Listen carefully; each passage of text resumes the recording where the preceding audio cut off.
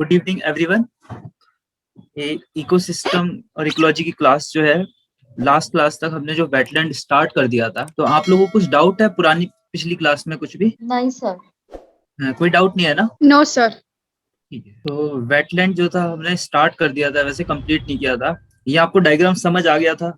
Photic zone, एफोटिक zone जो है, literal zone, जो है हाई टाइड और लो टाइड के बीच का एरिया जो है लिटरल जोन कहलाता है। एक क्वेश्चन का आंसर दीजिए, फिर इसके बाद मैं आगे पढ़ाता हूँ। ये वाला क्वेश्चन अटेम्प्ट कीजिए पहले आप। Which of the following is are the characteristic of ecological pyramid? ये ऑप्शन है और 1 मिनट टाइम आप रखते हैं इस क्वेश्चन को अटेम्प्ट करने के लिए। सर ये टर्म सेप्रोफाइट्स मतलब? ये सेप्रोफाइट में बताया था, जो डिकम्पोजर होते हैं उनको सेप्रोफाइट बोलते हैं। जैसे ऑटोट्रॉफ हो गया आपका, जो प्रोड्यूसर होते हैं। इसी तरह से सेप्रोफाइट का मतलब है जो डिकम्पोजर या डेट्रीवर, जो डिकम्पोज करने का काम करते हैं डेड ऑर्गेनिक मैटर को। टाइम ओवर करते हैं अब इसे। आप लोगों ने अटेम्प्ट किया अब इस क्वेश्चन को? क्या क्या ऑप्शन है? हाँ बताइए क्या ऑप्शन है? Sir option D. बाकी सब एक बार ऑप्शन डी के अलावा और किस किस के क्या ऑप्शन है? सर ऑप्शन बी लग रहा है। बाकी लोग? सर ऑप्शन ना ए होगा, 1 ओनली। बी हो गया, 1 हो गया। और हाँ, बाकी हाँ। कोई सी किसी का ऑप्शन? सबने अटेम्प्ट किया है ना इसे? आप सबने अटेम्प्ट किया है ना आप लोगों ने? चलो मैं इसको बताता हूँ क्या चीज है। आपने इस देखो क्वेश्चन लिखा हुआ है, ecological pyramid, a species accounted only at 1 trophic level. ये कह रहा है कि करेक्ट कौन सा है वो बताना है, ऑप्शन जो है। तो पिरामिड में क्या चीज होती है? कोई भी स्पीसीज जो होती है ना, वो एक ही ट्रॉपिक लेवल पर रिप्रेजेंट की जाती है, मल्टीपल ट्रॉपिक लेवल पर नहीं आती स्पीसीज कोई भी। अगर आप जैसे आप कोई भी बताएंगे कि हॉर्स बता रहे हैं, तो हॉर्स वाली स्पीसीज जो है, अगर हॉर्स जो ग्रास को कंज्यूम कर रहा है, तो ग्रास के नेक्स्ट लेवल पर अगर आप हॉर्स दिखा रहे हैं आप, तो हॉर्स को दोबारा रिप्रेजेंट नहीं करेंगे आप किसी और ट्रॉपिक लेवल पर। तो पिरामिड में क्या होता है? एट अ 1 ट्रॉपिक लेवल में रिप्रेजेंट की जाती है। दूसरा, इट एकोमोडेट्स अ फूड वेब। ये फूड वेब एकोमोडेट नहीं करता, ये फूड चेन करता है। अगर कोई स्पीसीज मल्टीपल लेवल पर होती तभी वो फूड वेब होती। मतलब कोई कंज्यूम ए को कर रहा है, हो सकता है वो सी को भी कंज्यूम कर रहा है, तो उसका ट्रॉपिक लेवल कई ट्रॉपिक लेवल में रिप्रेजेंट होता है। तो पिरामिड केवल फूड चेन के रिप्रेजेंट करने के लिए आता है। एक is consumed by B, B is consumed by C, इस तरीके से। तो इसमें फूड वेब इसे एकोमोडेट नहीं करता। ठीक है। तीसरा लिखा हुआ है, saprophyte occupy a key place in ecological pyramid. Ecological pyramid is used to represent the किसे? जो आपकी जो फूड चेन आपकी 2 तरीके की होती है। एक तो आपकी फूड चेन हो गई, कौन कौन सी फूड चेन होती है? तो ग्रेजिंग फूड चेन होती है आपकी, और दूसरी आपकी कौन सी फूड चेन होती है? एक तो ग्रेजिंग से स्टार्ट होती है, और दूसरी आपकी डेट्रीवोर से स्टार्ट होती है, डिकम्पोजर से स्टार्ट होती है जहां पर। तो उसका नाम क्या चीज है, मुझे भी रिकॉल नहीं हो रहा है, एक second. Grazing food chain and second one is, अच्छा, सेप्रोफाइट जो होता है, अभी मैं बताया था, इकोलॉजिकल पिरामिड जो होता है आपकी ग्रेजिंग फूड चेन को रिप्रेजेंट करने के लिए होता है। ठीक है ना? सर वो टर्म क्या है वो दूसरे वाले का, फूड चेन का? डेट्रीटस फूड चेन होता है ना डेट्रीवोर्स के लिए। हाँ, हाँ। तो आपने जितनी भी देखी होगी फूड चेन, वो सारी क्या चीज होती थी? प्रोड्यूसर से स्टार्ट हो रही थी। कोई भी फूड चेन ऐसी नहीं थी जो आपकी डेड ऑर्गेनिक मैटर से स्टार्ट हो रही थी। ठीक है ना? तो सेप्रोफाइट कभी भी आपके पिरामिड में रिप्रेजेंट नहीं होता। तो ये इसकी लिमिटेशंस है पिरामिड की। एक तो सेप्रोफाइट नहीं होता, फूड वेब को एकोमोडेट नहीं करता। ठीक है ना? एक आप ये बस क्वेश्चन बताइए फटाफट से, फिर आगे बढ़ते हैं। ठीक है ना? ये वाला इकोलॉजिकल सक्सेशन वाला जो है आपने किया हुआ है, ये आप एक बार अटेम्प्ट करो, और 1 ही मिनट लेंगे, इससे ऊपर बेस में। आप लोगों ने अटेम्प्ट किया है क्वेश्चन? हाँ सर, दोनों, बोथ 1 एंड 2। 1 एंड 2। और बाकी सब किसी और का ऑप्शन ए या बी में से है, या डी? आप लोगों ने अटेम्प्ट किया, बाकी सब ने भी? चलो फिर मैं इसका आंसर बता देता हूँ। इसमें क्या चीज है, जो इकोलॉजिकल सक्सेशन में क्या चीज होती थी, आपकी वेजिटेशन की नेक्स्ट टू नेक्स्ट स्टेज आती थी, और जब वो मैच्योर स्टेट में जाती थी तो उसका बायोमास इंक्रीज होता था, प्रोडक्टिविटी इंक्रीज होती थी। ठीक है, डाइवर्सिटी इंक्रीज होती थी। और जब भी आपके सक्सेशन स्टार्ट होता है, चाहे वो प्राइमरी सक्सेशन हो चाहे सेकेंडरी सक्सेशन हो, दोनों के केस में क्या चीज होती है, जो आपके लिविंग बींग्स होते हैं वो पूरी तरीके से डिस्ट्रॉय हो जाते हैं, खत्म हो जाते हैं। प्राइमरी में तो क्या होता है, एग्जिस्ट ही नहीं कर रहे होते पहले। सेकेंडरी में क्या होता है, कोई मिस हैपनिंग होने से, कोई भी ऐसी इवेंट होने के कारण, चाहे नेचुरल हो चाहे मैनमेड इवेंट हो, उसके बाद वो डिस्ट्रॉय हो जाती है पूरी कम्युनिटी, और वापस से सॉइल एग्जिस्ट करती है, लेकिन लिविंग ऑर्गेनिज्म पूरी तरीके से उस एरिया में खत्म हो जाता है। फिर दोबारा से जो स्टार्ट होता है, तो उस केस को बोलते हैं सेकेंडरी सक्सेशन जो है। तो फर्स्ट वाला ऑप्शन जो है वो सही है, नो लिविंग ऑर्गेनिज्म। और सेकंड वाला ऑप्शन जो है, बायोमास और डाइवर्सिटी चाहे प्रोडक्टिविटी, वो सब इंक्रीज होती है। Both A and B. ठीक है?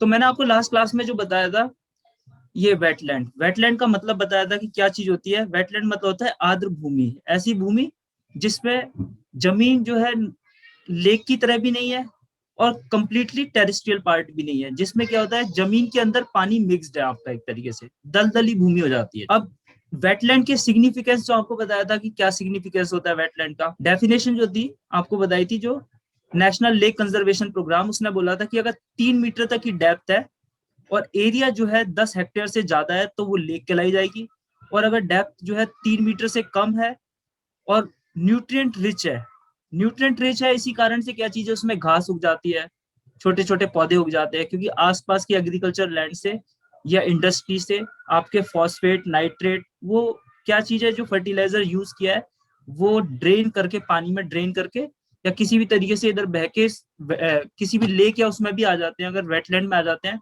लेक में आ जाते हैं तो कुछ दिन बाद लेक भी वेटलैंड में कन्वर्ट हो जाती है। तो इसमें क्या चीज होती है, वहां पर आपके एक्वेटिक माइक्रोफाइट्स पाए जाते हैं। माइक्रोफाइट्स हो गए मतलब एक्वेटिक एरिया में पाए जाने वाले जो प्लांट हो गए उन्हें आप क्या बोलोगे, एक्वेटिक माइक्रोफाइट्स। मैक्रोफाइट, मैक्रो मतलब बड़े तरीके के थोड़े बड़े पौधे, ठीक है। यहाँ पर क्या चीज है, डाइवर्स डेंसिटी जो है, डाइवर्स फौना पाई जाती है और डेंसिटी हाई होती है। क्यों डेंसिटी हाई होती है, क्योंकि वेटलैंड जो हो गया और बाकी कंपैरिजन में क्या चीज होती है कि यहाँ पर प्रोडक्टिविटी हाई होगी, क्योंकि यहाँ पर आपके आसपास से न्यूट्रिएंट्स पास हो रहे हैं, यहाँ पर आ रहे हैं, तो यहाँ पर क्या चीज होगी, जो प्लांट्स होंगे उनकी प्रोडक्टिविटी हाई होगी, ऑर्गेनिक मैटर यहाँ पर ज्यादा डेवलप होगा, ज्यादा डेंसिटी होगी, क्योंकि ये इकोटोन वाला एरिया है। इकोटोन वाला एरिया होता है जहां पर जैसे आपका ओपन सी है और इस टाइप पे टेरिस्ट्रियल एरिया है, उसके बीच में जो आपका एरिया हो गया जहाँ पे मार्जिन है, बॉर्डर होती है, वो आपका इकोटोन कहलाया जाता है। और वहां पर क्या होती है, कुछ एक्स्ट्रा स्पीसीज होती है, एज स्पीसीज होती है, जो आपके दोनों एरिया में एग्जिस्ट कर सकती है, ऐसी स्पीसीज और एक्स्ट्रा एग्जिस्ट करती है वहां। समझ आ रहा है आप लोगों को यहाँ ये बात? Yes hello, sir. ठीक है। तो वेटलैंड में क्या होगा, हाई डेंसिटी होगी हमेशा, डाइवर्स फौना होगा, ठीक है। यहाँ पर मैक्रोफाइट्स होंगे, इसी कारण से क्या चीज है, ये बिल्कुल लेक जैसा क्लियर नहीं होगा, ट्रांसपेरेंट होगा, इसलिए ड्रिंकिंग वाटर के लिए यूज नहीं हो सकता है ये। लेकिन हो सकता है कुछ एनिमल्स आकर इधर अपना ब्रीडिंग ग्राउंड बनाए, या फिर एनिमल आकर अपने को प्रोटेक्शन के लिए किसी भी तरीके के वल्नरेबल अगर कोई स्पीसीज है वो अपने को प्रोटेक्ट करने के लिए यहाँ पर आ सकती है। या फिर क्या चीज होती है, आपके शहरों में बहुत ज्यादा बारिश होगी तो क्या होगा, वो पानी जो है वेटलैंड से एकदम से स्लो हो जाएगा और बाढ़ आने से बच सकता है।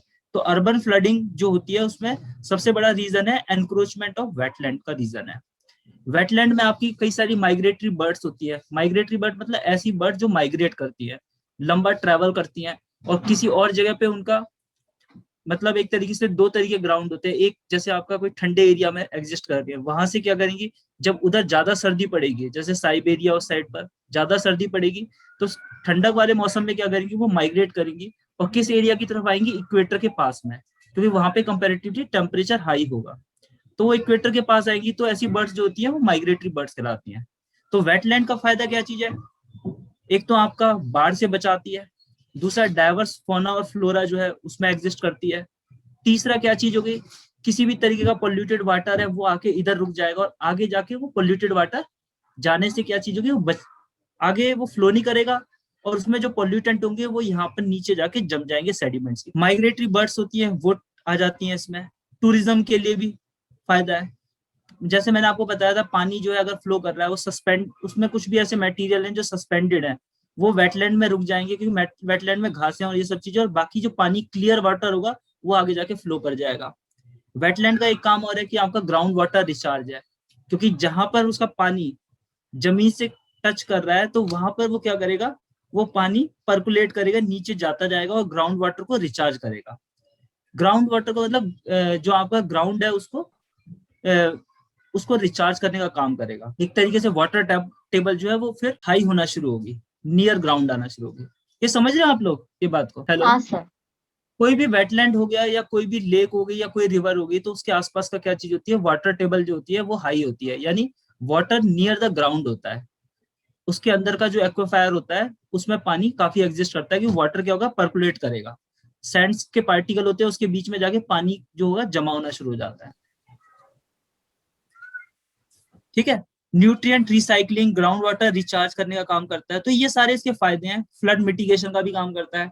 अगर ये वेटलैंड मान लीजिए शोर एरिया में है, ठीक है ना, जो लागून और वो भी वेटलैंड की कैटेगरी में आती है, तो क्या होगा, मैंग्रोव जो है वो भी उस एरिया वाला जो होगा वो भी वेटलैंड की कैटेगरी में आएगा। मान लीजिए समुद्र से जो वेव आ रही है, सुनामी आ रही है, जो भी है, वो क्या करेगी, उस वेटलैंड क्या करेगा, उसको स्लो कर देगा, क्योंकि उसमें मैक्रोफाइट्स एग्जिस्ट कर रहे हैं। वो क्लियर वाटर नहीं है, क्लियर वाटर होता तो पानी एकदम से करके वो आगे फ्लो कर जाता हो। अगर लेक होती तो लेक में पानी टकराता आगे फ्लो करता हो, लेकिन उसके अंदर मैक्रोफाइट है, एकदम से क्या होगा, वेव्स का एक्शन होगा, वो क्या करेगा, हाइड्रोलिक एक्शन, वो स्लो कर जाएगा। तो कोस्टल एरियाज में जो बाढ़ आना या कोस्टल एरियाज में जो इरोजन होना, वो भी ये बचाता है। तो वेटलैंड के कई सारे काम है। वेटलैंड मतलब ऐसा पानी जो दलदली पानी है, जो दलदली है, उसमें पेड़ पौधे भी उगे पड़े हैं, उगे हैं, ये सारी चीजें उसमें। मार्शेस भी बोल सकते हो, स्वैम्प भी बोल सकते हो, अलग अलग कैटेगरी है। मार्शेस मतलब जिसमें घासें होती हैं, स्वैम्प मतलब जिसमें थोड़े बड़े ट्रीज होते हैं। इस तरीके से समझिए आप लोग ये बात। Yes sir. हाँ ठीक है। सर। मड फ्लैट क्या होता है, जो आपका ओशियन से आके कोई भी सेडिमेंट्स आके जमा होते हैं, उसे आप मड फ्लैट बोलते हो। साल्ट साल्ट पैन भी बोलते हैं, यानी जहाँ पे नमकी नमक जो होता है, जैसे आपका डेजर्ट एरिया में क्या होगा, इवापोरेशन के कारण नमक रह जाएगा, लेकिन थोड़ा दलदली रहेगी वो जगह, तो वो साल्ट पैन हो गई। समझ गए इस बात को? तो ऐसे ऐसे इसके ये मार्शेस, साल्ट पैन, ये सारे वेटलैंड की कैटेगरी है। जो आपका बोलते हैं मार्शेस में मतलब घासें होती है, और जो स्वैम्प जो होता है उसमें थोड़े ट्रीज होते हैं। किस तरीके से वेटलैंड हो या लेक हो या रिवर हो, किस तरीके से खराब होती है, अगर मान लो उस वेटलैंड में जरूरत से ज्यादा न्यूट्रिएंट आसपास से फ्लो कर जाते हैं, ठीक है, तो क्या होगा, उसमें चाहे इंडस्ट्रियल एफ्लुएंट हो या कोई भी फ्लो करता है, अगर न्यूट्रिएंट आते हैं तो जरूरत से ज्यादा एल्गी बन जाएंगी ऊपर, एल्गी बन जाएगी ऊपर, उस पूरी वेटलैंड को ढक देगी। कुछ दिन बाद में क्या होगा, सनलाइट आ नहीं पाएगी, नीचे वाले ऑर्गेनिज्म को, नीचे वाले जो ऑर्गेनिज्म होंगे, अगर वो प्लांट होंगे तो प्लांट क्या करेंगे, फोटोसिंथेसिस नहीं कर पाएंगे, तो ऑक्सीजन नीचे रिचार्ज नहीं हो पाएगी, मतलब वाटर के अंदर ऑक्सीजन रिचार्ज नहीं होगी। ऑक्सीजन कम होगी तो नीचे जो ऑर्गेनिज्म होंगे, जो बेंथिक ऑर्गेनिज्म बोलते हैं, जो जमीन पर सतह पर होते हैं, उनकी डेथ होना शुरू हो जाएगी। तो इस तरीके से भी हो सकता है एक्सेस ऑफ न्यूट्रिएंट आ जाए या पोल्यूटेंट आ जाए। पोल्यूटेंट आएंगे तो क्या चीज होगी, पोल्यूटेंट आएंगे तो वो प्लांट में आगे जाके फूड चेन में चले जाएंगे, और फिर क्या हो जाएगा, डेथ होना शुरू हो जाएगी, बायो एक्युमुलेशन और आगे बायो मैग्निफिकेशन होगा। समझिए बात। हैबिटेट डिस्ट्रक्शन होगी। हैबिटेट जो है, मान लीजिए अगर आपने वेटलैंड का क्या कारण है डिप्लीट होने का, शहरों में अगर वेटलैंड है तो आप उसे क्या करोगे, कवर कर देते हो, उस जगह पे क्या हो जाता है, कंस्ट्रक्शन हो जाती है, इंडस्ट्री सेटअप हो जाती है, या रेजिडेंशियल एरिया हो जाता है। गांव की तरफ वेटलैंड होगा तो उसे कन्वर्ट कर देंगे उसे एग्रीकल्चर लैंड में। तो ये सारे जो है वेटलैंड किस कारण से खत्म हो रही है, कन्वर्जन फॉर एग्रीकल्चर पर्पस, इस कारण से, या ओवर फिशिंग, अगर उसमें फिश है, ओवर फिशिंग करने से भी, ओवर ग्रेजिंग करने से भी, अगर उसकी घास जो है उसके अंदर ओवर ग्रेजिंग जो है उसके कारण भी हो सकती है, क्योंकि फिर वेटलैंड का कैरेक्टर खत्म हो जाएगा उसमें। समझिए आप लोग ये बात को जो बताई थी। सर वेटलैंड कुछ नहीं है, पानी है, उस वो पानी दलदली पानी हुआ है। अब उसमें किसी भी तरीके से एल्गी हो, घास हो, कुछ भी हो, उसको इस तरीके से बता रहे हो आप, ट्रांसपेरेंट वाटर नहीं है वो, ठीक है ना। जो आपके घर के आसपास में कहीं पे पानी जमा हो जाता है, तो वो पानी बिल्कुल ऐसा नहीं होता, कोई ड्रिंकिंग वाटर वाला नहीं है वो पानी, लेकिन एक लेक से डिफरेंट है, पर वो नॉर्मल जो आपकी जो लैंड है उससे भी डिफरेंट है। वो क्या कहोगे आप, उसे वेटलैंड कहोगे। तो आप इसे ओवरकम कैसे कर सकते हो, ओवरकम करने का वही है कि आप पता लगाओ कि कहाँ कहाँ पे वेटलैंड है, और वेटलैंड अगर यूज करना भी है एक्वा कल्चर के लिए, किसी भी तरीके का फिशिंग करने के पर्पज से या पैडी उगाने के लिए, तो वो सस्टेनेबल तरीके से होना चाहिए। आसपास के एफ्लुएंट भी उसमें ऐसा नहीं जो फ्लो कर जाए, मतलब किसी भी तरीके से वेटलैंड को बचाने के तरीके क्या क्या हो सकते हैं। तो जो जो तरीके उसे नुकसान पहुंचा रहे हैं, वही तरीके आप बंद कर दोगे तो वही इसके बचाने के तरीके हो जाएंगे। और वेटलैंड से रिलेटेड सबसे एक इम्पोर्टेंट जो होता है वो कन्वेंशन जो है, वेटलैंड से इम्पोर्टेंट सबसे रिलेटेड सबसे इम्पोर्टेंट जो है वो एक कन्वेंशन है, रामसर कन्वेंशन। ठीक है, ये जो रामसर जगह है उसमें ईरान में जगह है, ये रामसर कन्वेंशन जो है वेटलैंड पर, इसके तहत क्या हुआ, समझौता हुआ, और समझौते के तहत ये थी कि वेटलैंड जो है उसको कंजर्व किया जाएगा। अगर कोई वेटलैंड ऐसी है जो इंटरनेशनल बाउंड्री पे एग्जिस्ट कर रही है, मतलब ट्रांस कंट्री है, तो उसमें क्या होगा, अगर मान लीजिए कोई ऐसी वेटलैंड है जो दो देशों की में एरिया में आ रही है, तो उसमें क्या होगा, आपको कोऑर्डिनेशन करना पड़ेगा बिटवीन टू कंट्रीज और more than one country, coordination होगा उसमें। वेटलैंड के लिए क्या चीज होती है, इस कन्वेंशन के तहत क्या होता है, एक वेटलैंड ऑफ इंटरनेशनल इंपॉर्टेंस, ऐसी एक लिस्ट बनती है। ठीक है, तो रामसर कन्वेंशन के तहत आप रामसर साइट्स का मतलब वेटलैंड ऐसी फाइंड करना जो इंटरनेशनल इंपॉर्टेंस की वेटलैंड हो। ठीक है, तो ऐसी वेटलैंड जब आइडेंटिफाई करते हैं कि भी हमारे देश में ये वेटलैंड है जो इंटरनेशनल इंपॉर्टेंस है, मतलब उसका क्राइटेरिया है कि इतनी इसमें माइग्रेटरी बर्ड्स आती हैं, इस तरह की वल्नरेबल स्पीसीज पाई जाती हैं। आगे जाके क्राइटेरिया आएगा, किस क्राइटेरिया के बेस पर वो साइट्स को आइडेंटिफाई किया जाता है। ठीक है, तो क्या क्या स्टेप लिए गए? कन्वेंशन हुई, रामसर साइट फाइंड की गई। इसके अलावा वेटलैंड इंटरनेशनल एक एनजीओ है जो इस दिशा में काम करता है कि वेटलैंड को किस तरीके से कंजर्व किया जाए, अगर उसका डिस्ट्रॉय हो रही है वेटलैंड, उसमें गिरावट आ रही है उसकी क्वालिटी में, तो वापस उसे रिस्टोर किया जाए। इससे रिलेटेड कोई रिसर्च करना, एडवोकेसी करना, ये सारे काम जो है वेटलैंड इंटरनेशनल जो है एनजीओ का काम है। अब रामसर कन्वेंशन जो ही वेटलैंड से रिलेटेड, इसके बेस पर हर कंट्री ने अपने देश के अंदर एक वेटलैंड का कंजर्वेशन प्रोग्राम स्टार्ट किया। ऐसे इंडिया ने जो स्टार्ट किया उसका नाम है नेशनल वेटलैंड कंजर्वेशन प्रोग्राम। तो अगर आप मेन से रिलेटेड या प्रीलिम से रिलेटेड है steps taken with respect to a wetland, ठीक है, तो आप किस तरीके से, आपको पता होना चाहिए कन्वेंशन है, साइट्स आइडेंटिफाई कर रहे हो, और इस तरीके का प्रोग्राम जो है मतलब गवर्नमेंट ऑफ इंडिया उसे रन करती है। देखिए वेटलैंड को, तो वेटलैंड की प्रोटेक्शन करना वो स्टेट गवर्नमेंट का है। कभी प्रीलिम्स में जैसे क्वेश्चन आता है कि it's the duty of the central government to conserve और रिस्टोर द वेटलैंड, तो वो गलत है। Central government's duty is to provide the guidelines, to provide the financial and technical help. ठीक है ना। तो वेटलैंड कंजर्वेशन से एक ये क्वेश्चन आप अटेंड करना फटाफट से एक बार, with reference to a conservation organization wetland international है क्या इसमें से? Sir both. बहुत अच्छा। बाकी लोग, किसी का ऑप्शन 1 2 या नीदर 1 और नॉट 2 है? So one. Sir Only two only. 2 ओनली, ठीक है। तो देखिए इसमें फर्स्ट ऑप्शन लिखा है, it is an intergovernmental organisation form by the countries which are signatory to Ramsar convention. First of all, wetland international is not an intergovernmental organisation, it's an NGO. ठीक है, दो governments के बीच का कोई समझौते के तहत कोई ऑर्गेनाइजेशन नहीं बनी है। Wetland international is an NGO which works to conserve and restore the wetland. ठीक है ना, जो इसमें आपने ऊपर पढ़ी होगी स्लाइड्स में, वेटलैंड इंटरनेशनल क्या है? ग्लोबल एनजीओ है। ठीक है, कहीं भी उसमें ये नहीं लिखा कि ये इंटर गवर्नमेंटल ऑर्गेनाइजेशन नहीं है। ठीक है ना। सेकंड ऑप्शन ये था कि it's works at a field level to develop and mobilise, वो तो है ही काम। कोई भी एनजीओ जो है उस फील्ड में काम कर रहा है तो उसका काम ये है कि इससे रिलेटेड जो है नॉलेज को गैदर करना, अवेयरनेस देना, इसके लिए प्रेशर ग्रुप की तरह काम करना, ये सारे काम होते हैं, एडवोकेसी करना। तो सेकंड ऑप्शन इसका राइट है। एक ये भी फटाफट से बताना आप, वेटलैंड जो है के बेनिफिट क्या है? जेनेटिक मटेरियल मिलना, ग्राउंड वाटर डिस्चार्ज करना, कार्बन सिक्वेस्ट्रेशन। ये मैं कार्बन सिक्वेस्ट्रेशन वर्ड बता देता हूँ क्या चीज है। प्लांट जो होते हैं आपके फोटोसिंथेसिस करते हैं, ठीक है, तो फोटोसिंथेसिस के दौरान क्या चीज होती है? कार्बन डाइऑक्साइड को इनटेक करते हैं, ठीक है, अपना भोजन बनाने के लिए। तो ऑटोमेटिकली क्या हो गया? कार्बन डाइऑक्साइड क्या होता है? एटमॉस्फेयर से कार्बन डाइऑक्साइड रिमूव हो जाते हैं और वो कार्बन डाइऑक्साइड सिक्वेस्ट्रेट हो जाते हैं, स्टोर हो जाते हैं आपके प्लांट के अंदर। प्लांट के जो ऑर्गेनिक मैटर है, जो उसका तना, लीव्स, रूट से सारी बन रही है, वो उस ऑर्गेनिक मैटर की बन रही है। जब वो ऑर्गेनिक मैटर डेथ होगी प्लांट की, तो उसको डिकम्पोजर से क्या करेंगे? डिकम्पोज करते टाइम पे, उस टाइम पे उसके इनऑर्गेनिक मैटर, जो ऑर्गेनिक मैटर फिर दोबारा से इनऑर्गेनिक मैटर में कन्वर्ट होगा, कार्बन डाइऑक्साइड के रूप में रिलीज हो जाएगा।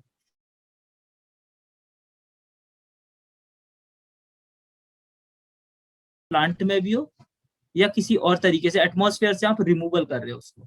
ठीक है, तो ये मतलब है इसका। तो ये ऑप्शन, इसके क्या ऑप्शन होंगे? सर शायद 1 2 3। डी ऑप्शन सर, तीनों। हाँ सर। ठीक है, और बाकी किसी का डी के अलावा, किसी और का कोई ऑप्शन तो नहीं है ना? किसी और का ए बी सी में से नहीं है ना? ठीक है, तो देखो वेटलैंड का मतलब क्या था? Wetland is not like a lake. इसका मतलब क्या है? इसमें मैक्रोफाइट्स हो सकते हैं, बाकी और एनिमल्स हो सकते हैं। अब मान लीजिए कोई और प्लांट होंगे या एनिमल होंगे, तो ऑटोमेटिकली प्लांट का जेनेटिक मटेरियल, यानी आपका क्या होगा? स्पीसीज डाइवर्सिटी भी हो सकती है, इसके अलावा जेनेटिक डाइवर्सिटी हो सकती है। डिफरेंट टाइप्स के प्लांट हो सकते हैं, plant with different kinds of genes. ठीक है, जेनेटिक मटेरियल आपकी डाइवर्सिटी मिलेगी। तो फर्स्ट ऑप्शन सही है। आपको हो सकता है आपके wetland is also use to cultivate rice, paddy को कल्टीवेट करने के लिए भी होता है। तो आपकी राइस की डिफरेंट वैरायटी जो हो सकती है उसमें ग्रो की जाती है। तो ऑटोमेटिकली क्या है? ये स्टोर हाउस है आपका प्लांट का जेनेटिक मटेरियल। सेकंड, कोई भी रिवर होती है, वेटलैंड होता है, लेक होता है, उसके जो नीचे ग्राउंड होता है वो हमेशा रिचार्ज हो जाता है, उसका वाटर जो होता है पर्कुलेट करने के कारण, तो वहां पे वाटर टेबल हमेशा हाई होगी। तो सेकंड ये काम भी है carbon recharge, ground water recharge करना। Third option is carbon sequestration. Wetland में आपकी क्या चीज है, मैक्रोफाइट्स होते हैं। तो मैक्रोफाइट्स क्या करते हैं आपके, उसमें एल्गी भी होती हैं। ये जो पौधे होते हैं वो अपना फोटोसिंथेसिस का प्रोसेस करते हैं। फोटोसिंथेसिस के दौरान क्या करते हैं, रिमूवल ऑफ कार्बन डाइऑक्साइड होती है, तो कार्बन सिक्वेस्ट्रेशन का काम करते हैं। इसीलिए जब वेटलैंड नष्ट होता है तो उसके अंदर के मैक्रोफाइट भी नष्ट होते हैं, उनके डिकम्पोज होने से ऑर्गेन कार्बन डाइऑक्साइड फिर रिलीज होती है। तो ये भी एक सबसे बड़ा नुकसान है क्लाइमेट चेंज में, आपकी ग्लोबल वार्मिंग में जो carbon dioxide. Death of wetland या destruction of wetlands leads to a increase of carbon dioxide in atmosphere. ठीक है सर सिक्वेस्ट्रेशन का मतलब फिर से बताओ ना। सिक्वेस्ट्रेशन का मतलब है स्टोरेज, सिक्विज करना, मतलब एक तरीके से उधर से रिमूव करना और खुद स्टोर करना। ओके। ठीक है, आपके जितने भी ऑर्गेनिक मैटर होते हैं सब में कार्बन डाइऑक्साइड, कार्बन होता है। ठीक है, अब वो कार्बन कैसे होता है, आपका फोटोसिंथेसिस से स्टार्ट होता है वो। इसका मतलब क्या चीज है, वो कार्बन का स्टोरेज हो रहा है, removal of carbon and storage, उस पूरे को बोलते हैं सिक्वेस्ट्रेशन। ठीक है ना, रिमूवल फ्रॉम कहाँ से रिमूवल होगा, एटमॉस्फेयर से, क्योंकि वही रिजर्वायर है जो आपने कार्बन साइकिल पढ़ी होगी। तो रिजर्वायर क्या है, एटमॉस्फेयर है, वहां से कार्बन रिमूव हो रहा है और आपके प्लांट में जाके ऑर्गेनिक मैटर के रूप में स्टोर हो गया।